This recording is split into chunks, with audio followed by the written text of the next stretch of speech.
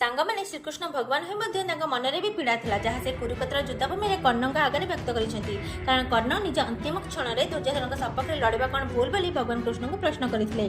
से निजर जंत्रणा व्यक्त कर मो माँ कुंती मत अवैध संतान लगी त्याग करदे क्षेत्र पुत्र नी बोली गुरु द्रोणाचार्य मत विद्यादान करते गुरु परशुराम जदि भी विद्या देले सहित अभिशाप देले जेबे ये विद्यार आवश्यक थी ताहा मु भूलीजी द्रौपदी स्वयंवर मोर अपमान है एवं मत जहाँ भी मिली केवल दुर्योधन तेबे मु तांका सपक्ष में कहीं लड़बी नहीं। यार प्रत्युत्तर भगवान श्रीकृष्ण कहते जन्म कारागार होता जन्म होगा पूर्वर ही मृत्यु अपेक्षा कर जन्म होगा राति निज माता पिता दूरे गले तुम्हें जब विद्या ग्रहण करुल से गाई चराउले जहाँ को अत्यधिक भल पाऊले अर्थात राधा दूरे गले कर्ण तुम्हें जब युद्ध जीत